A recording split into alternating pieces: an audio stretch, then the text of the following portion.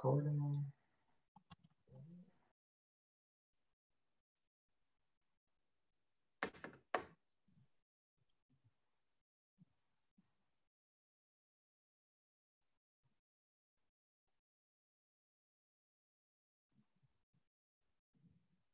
Hi, everyone. Can you hear me? Yes? All right, cool. Just a few updates for today. Let's dive in.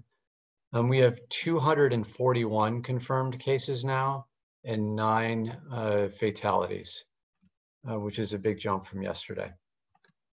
A couple of things I wanted to highlight before opening up to questions.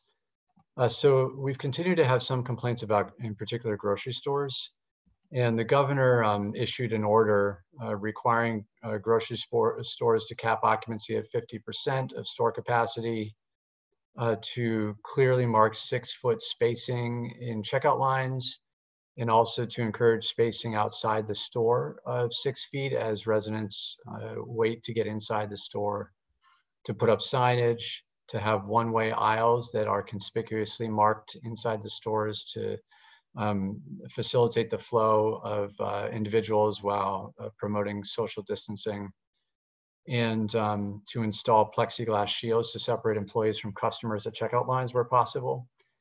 And we want to underscore just how important it is for stores to be abiding by this. Yesterday, I put out a robocall to all of the grocery stores that we identified that or that we have on our list to outline some of these procedures.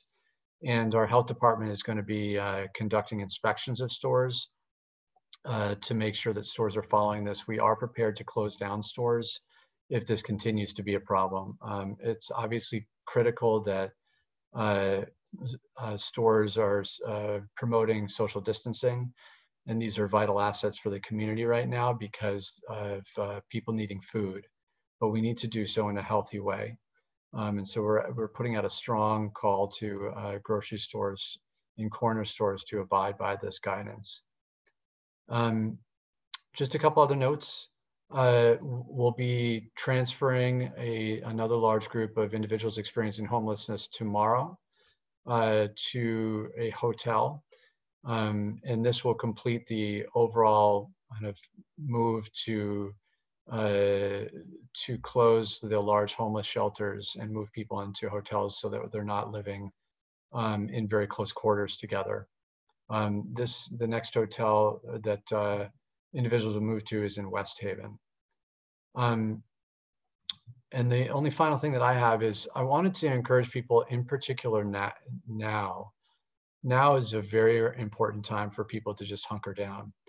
And when you think about the trends that we're seeing in New York City, and every day how our numbers are increasing pretty dramatically, this is a time that we all need to make sure that we're paying extra special attention to not contract the virus ourselves and not promote spreading it, because this is the time when we will be setting up our hospitals for the potential for them to be overwhelmed. When you think about it, if I go out to the store and get close to other people and contract the virus now, it could be another week, maybe even 2 weeks before I start to get symptoms. And that's about the time that we're predicting in general that the healthcare system is going to start to really feel the pressure. That's the last time that I want to go to the hospital, that anybody wants to go to the hospital, because we want to make sure that everyone has the most care possible. And so I'm encouraging people in particular, please be cautious right now. Obviously, we need to be careful. We need to be careful for many months. But in order to flatten the curve and reduce the load on the hospitals so that we don't have a situation like we're seeing in New York, where they're only days away from not having enough ventilators, where they are strained about the number of beds and healthcare staff that they have. This is a time when everyone in the public really needs to be careful and do as much as possible to reduce their interaction with other people. Do any folks on our team here have anything they wish to add before we open it up to questions? Everyone sounds good. Questions? I see Mr. Bass here. Gage, I don't have control over unmuting people. So I'm unmuted. I'm okay. He did all that. right, good. Thank you. I just had two questions. One is, you mentioned a few days away on the ventilators. Do you have specific updates on how close we are to running out of ventilators or beds at the hospital? No. The hospital, I think we're not close to that right now. The governor of Governor Lamont mentioned that Connecticut should have more or needs more ventilators. So I know that it's overall a major concern, and probably one of the most important as far as our limitations right now. But I don't have specific numbers on it.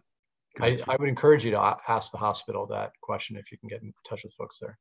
Thanks. And the other question, my guess goes to Maritza, is these three latest people, besides their ages, if we could tell if they had underlying conditions and if there's anything else you could tell us about who's dying. Is it a cluster from any workplace or social event? Is there any particular hotspot that we're seeing the outcome from? Our most recent, so that's a good question, Paul. So our most recent, the youngest is 42, ranging to 93. They're not linked together, and it's a combination of the mortality of elderly and underlying conditions that existed. In regards to positive cases and what we're seeing, there are certainly different areas within New Haven that we're seeing greater positive cases.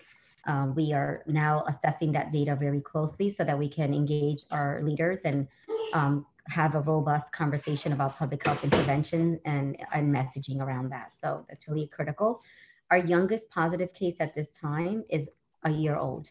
And so it's really ranges from as young as 1 in New Haven to as old as 93. Thank you. You talked about which areas are showing more. ProPublica had a story today that the African American community is getting slammed disproportionately. The people who are dying and getting infected, that once it hits a city, pretty soon it's hitting the African American community hardest. Is that happening here? Or is there anything else you could tell us when you said that there are trends that you're seeing a greater preponderance? And this is affecting all communities, regardless of race, gender, and social economic status. So I just want to be clear about that. Mm-hmm. I know that there's been some articles I've been reading that this is hitting one race over another. That is not the case here in New Haven. It's a broad range of individuals that are affecting in almost every community at this juncture. There's some communities that have higher cases than others, and that's something that we're looking at very closely to develop public health interventions for. What are those communities that have the higher? Once we really analyze that data, I'll be providing this data on our next press conference. Thank you. Other questions? Let's go with Shana and then Michael. Thanks for taking my question, Mayor.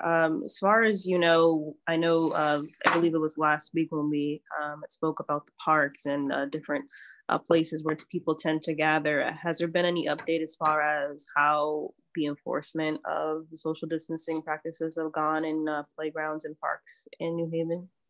Generally, I've gotten positive feedback, although yesterday we had an issue in East Rock Park. We closed the park and put a chain across the entrance. And we had many, many cars that were parked all along the entrance road. And, you know, we're struggling with what the right thing is to do here. It's nice that people are out enjoying the park and staying away from each other. But at the same time, when there's large groups of people that are parking all in the same area and really close to one another, that's not ideal. So in some cases, we're struggling with what the right way is to balance making sure that people are able to get out and exercise a little bit in a safe way, but also making sure that people aren't congregating together. overall, we found that there's not a lot of people. We haven't gotten a lot of complaints about people using playgrounds and those sorts of things, which we're very happy about those results.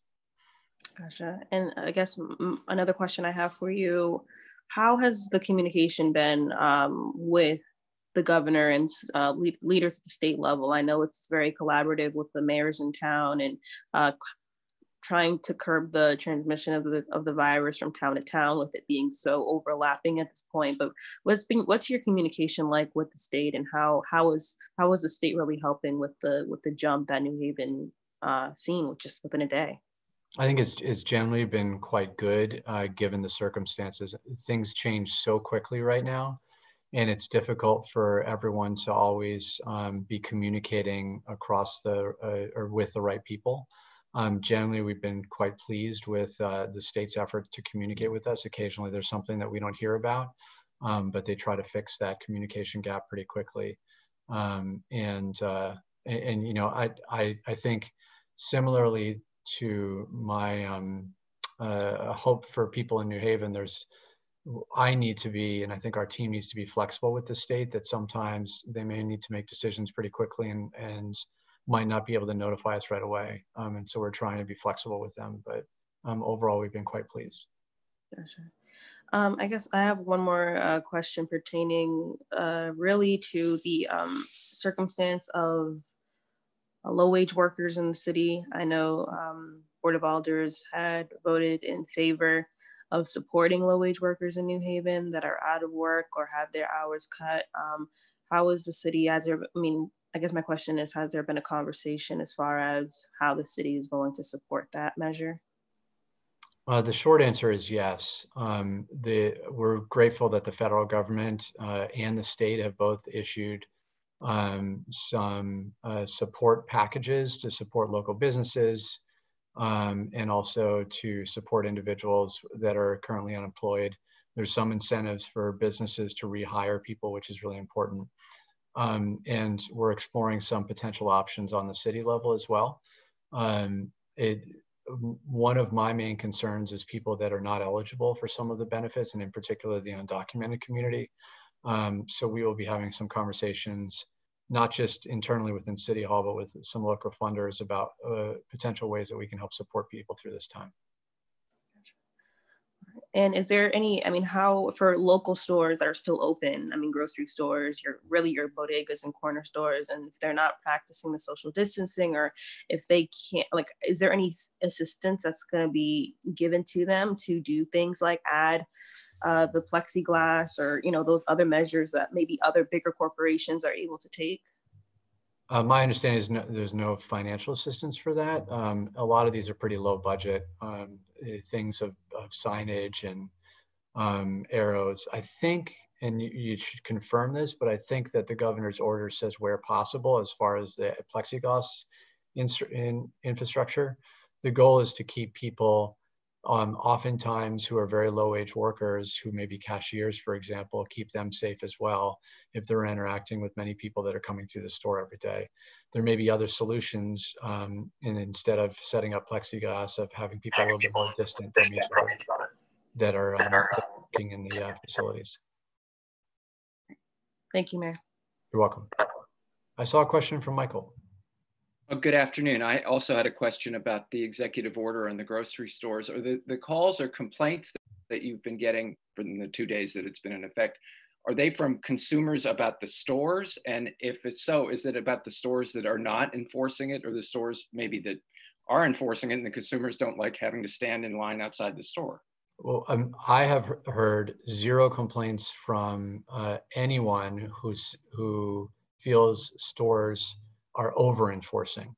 I've heard a number of complaints from people that have visited stores where they feel almost forced to be in close quarters because the stores are not enforcing the 6-foot distance in lines, for example. The stores are not enforcing the one-way directions for grocery store aisles.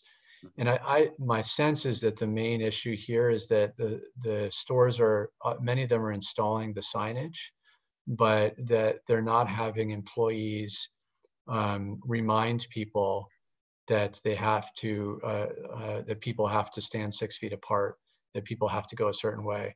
I think that this is a big cultural change, and the stores need to actually assign employees to make sure that they're reminding people to comply with these directions.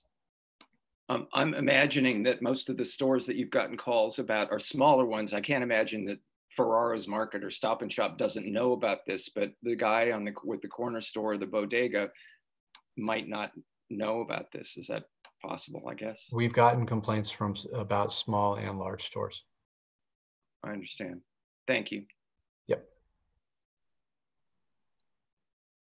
Other questions? Before I forget, tomorrow is my wife's birthday, and so I'm hoping that we can not have a press conference tomorrow. So we might see you guys in 2 days rather than 1. Thanks, everybody. Take care.